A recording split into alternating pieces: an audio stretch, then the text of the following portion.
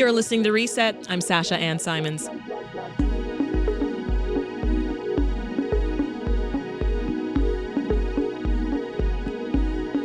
Picture this. The sun is shining. You're on an inner tube floating down a lazy river. Your drink has an umbrella in it. Now, doesn't that sound like the perfect soundtrack for a wonderful afternoon? We're listening to Multi-Vitaminas from the new superduo Valebol. That's a collab from Chicago artists Vivi Lightbody and Daniel Villarreal. The two are making waves with this dancey, dreamy, groovy synth pop, and the new album drops tomorrow. So joining me in the studio today is Vivian McConnell, aka Vivi Lightbody, and Daniel Villarreal. Thank you both for coming in. Thanks for having us, Sasha. I gotta start with how you two met. This is Volleybol's first album, but you all have been playing together for a while now, right? Yeah, we both have been musicians in Chicago for a while, and honestly, Daniel and I were both living in Bridgeport, and Daniel would kind of have these really fun musician parties, you know, where like playing vinyl. Ooh. And, you know, inviting people for food and stuff, and we ended up connecting. Our bands had played together before, and he invited me. I think you saw me biking or something, and you said, "Come on by." And we ended up kind of playing some music together in the basement, like very organic. Oh my gosh, I love that. And I was playing on this Casio, your dad's Casio from the 70s. Yeah. And he was playing drums, and I'm usually a guitar player. And I was like, whoa, we both kind of looked at each other, and I was like, this is pretty cool. Yeah, this is different. And Yeah. it was kind of like very organically, you know, collaboration right away. That's back like in 2017. 2017, Yeah, we started jamming, yeah. jamming in the basement, and I'm just having fun pretty much. We wanted to have a band to have fun. And Yeah. we always say like, this is the band that we just have fun and say yes to a lot of things and don't have limitations or don't have Right. like rules that are like not fun. So this is the first album together, but it sounds like it's been years in the making. I mean, you had me at musician parties. I was like, can I come? I mean, I guess musician parties. They yeah. sound amazing. Yeah, I mean, I feel like Daniel is such a connector of people, and I felt like it was kind of like fate that we became friends, and it was the polar vortex, I feel like, and we were writing this pretty tropical sounding music, or Yeah. just exciting, fun music, and it was kind of also, you know, Daniel has Dos Santos and his own solo project, and I have Vivi Lightbody, but we really were just trying to write something or just take some pressure off of our usual, you know, musician lives. Yeah. And be like, let's just have fun with this music and see where it takes us. And it took a while for us to finally release something, but that was a part of the process as well. But at some point, you had to come up with a name. Yes. So where did Valebol come from, Daniel? Yeah, vale is a phrase that Spaniards, people in Spain use, like vale, and that means yes or okay, kind of like affirmative to something. If you want to buy some groceries out in Barcelona, I recently went to Barcelona to visit my daughter out there, and then she's like, can I see this? And the people, vale, like it's like cool. Then and ball is kind of like Vivian said, like a little bit of a pun, like ball is like a ball, you know, and then we combine it both together. Okay, ball. like let's get the ball rolling. Let's go. Like let's go. Let's do it. Yeah, kind of like an invented sport. And I love it. we're the champions of yes ball. yeah. There's a quote in the bio of this album. It says, Daniel and I have had pretty different musical upbringings, but with Valebol, we're making the kind of expansive and joyful music we both love and made us friends in the first place. Yeah. Yeah. Your different paths coming together. Sounds like that's what you were describing a bit there, Vivi. Yeah. Yeah.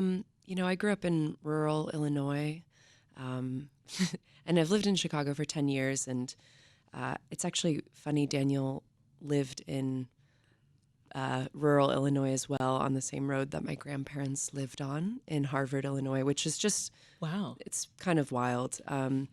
But yeah, I feel like, you know, growing up in the Midwest and not having much exposure to a lot of different types of music, and then moving to Chicago and meeting all these, brilliant musicians and people. And Daniel's from Panama, and comes with, is so knowledgeable and is an amazing DJ and has, all this background of musical history. And I was really into Brazilian music, and I think we started talking about a band from Colombia called the Meridian Brothers. Yeah. And we just really bonded over that. And Well, you can hear that, right? You can hear in the rhythm the Latin inspired rhythms, right? I read on the website that you didn't play much Latin music until after you moved to the States from Panama City. Yeah, is that right, Daniel? Yeah, that's correct, Sasha. It's kind of funny because people, the assumption of being like from Latin America is like, oh, he plays salsa and plays some bongos, but actually they're congas, like. Well, that comes from a specific country. Yeah, like these guys, like Latin flavor, Tito Puente over there or some stuff like that. But I grew up like playing like classic rock and punk rock music. I was like a skateboarder. Like I grew up in Panama City, very like like urban living, growing up like in the city of Panama.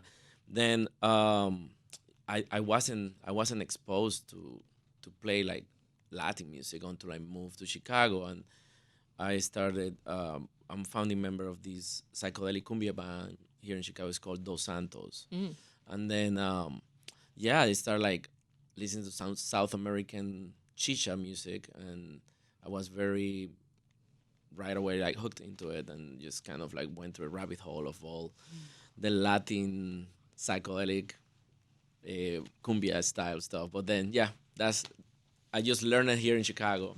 Yeah, so interesting. Well, let's listen to a fun example of this groove that I think Daniel's talking about. This is Row, Row, Row.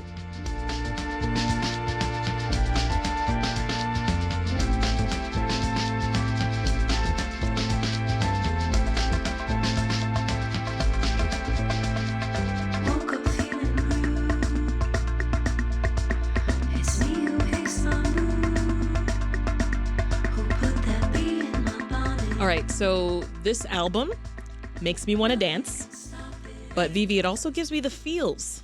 And I feel like I attribute a lot of that to your beautiful voice and really just that dreamy flute that we can hear in the background. So talk about marrying that dancey sound with a more emotional one. How do you do that?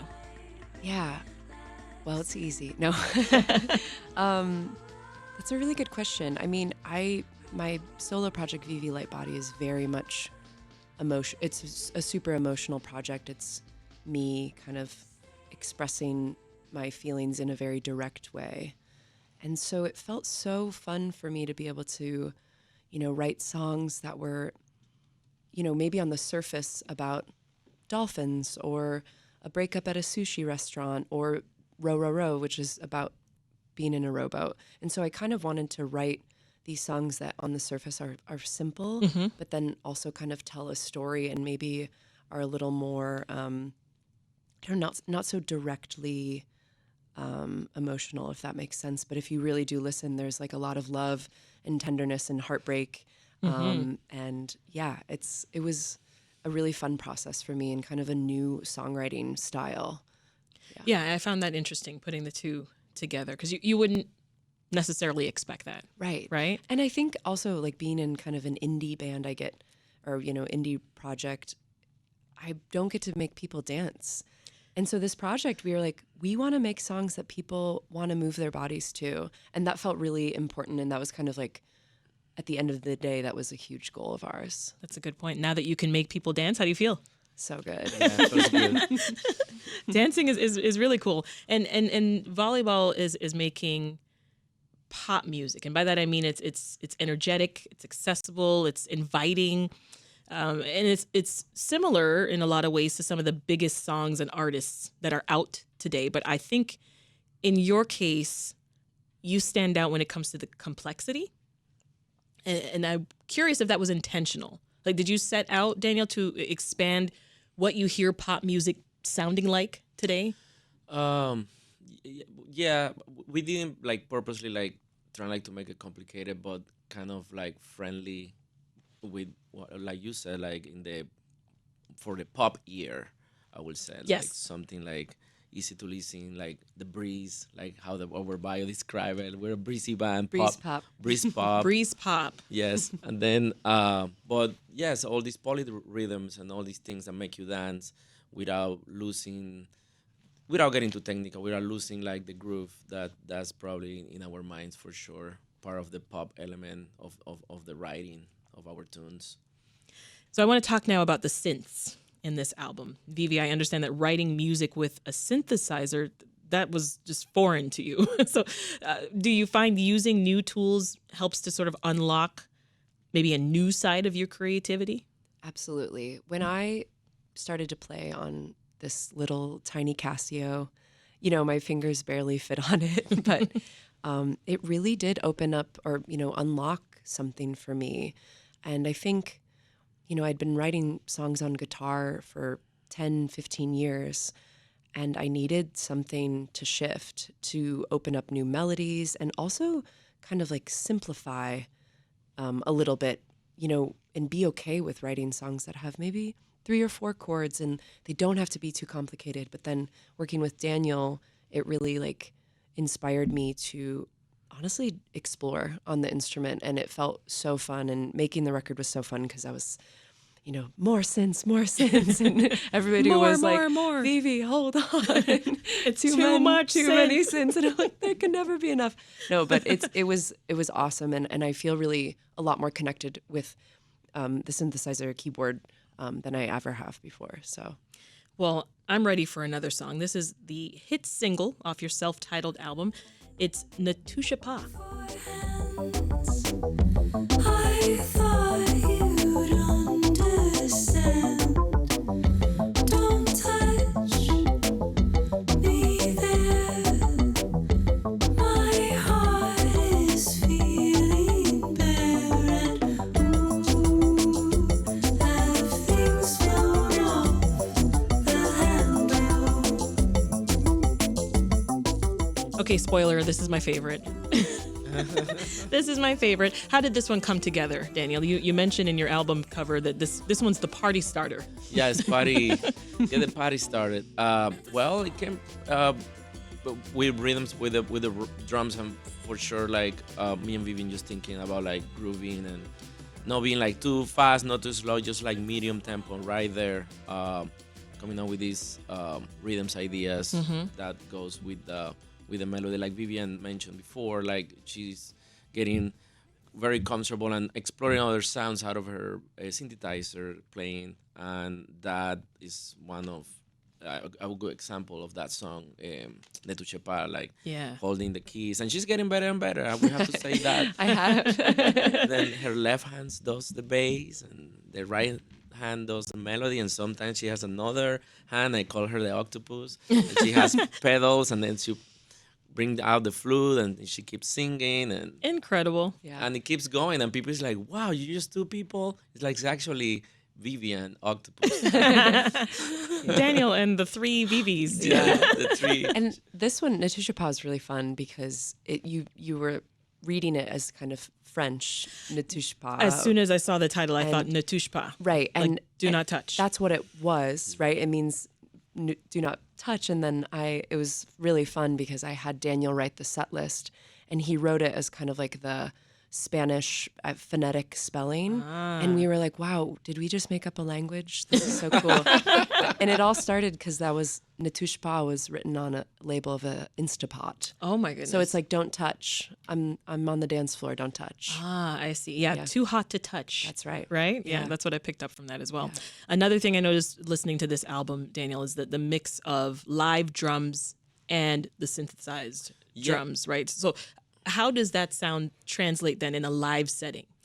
We have, well, I mean, live I play organically drums and pretty loud. Then I'm trying to be balanced. Of course, we're 2 people, but incorporating like electronic elements on studio that kind of give a little bit more of a punch. Now that we live in a digital world, having like 808s for the kick and things like that are more like suiting to the ear and kind of more smooth.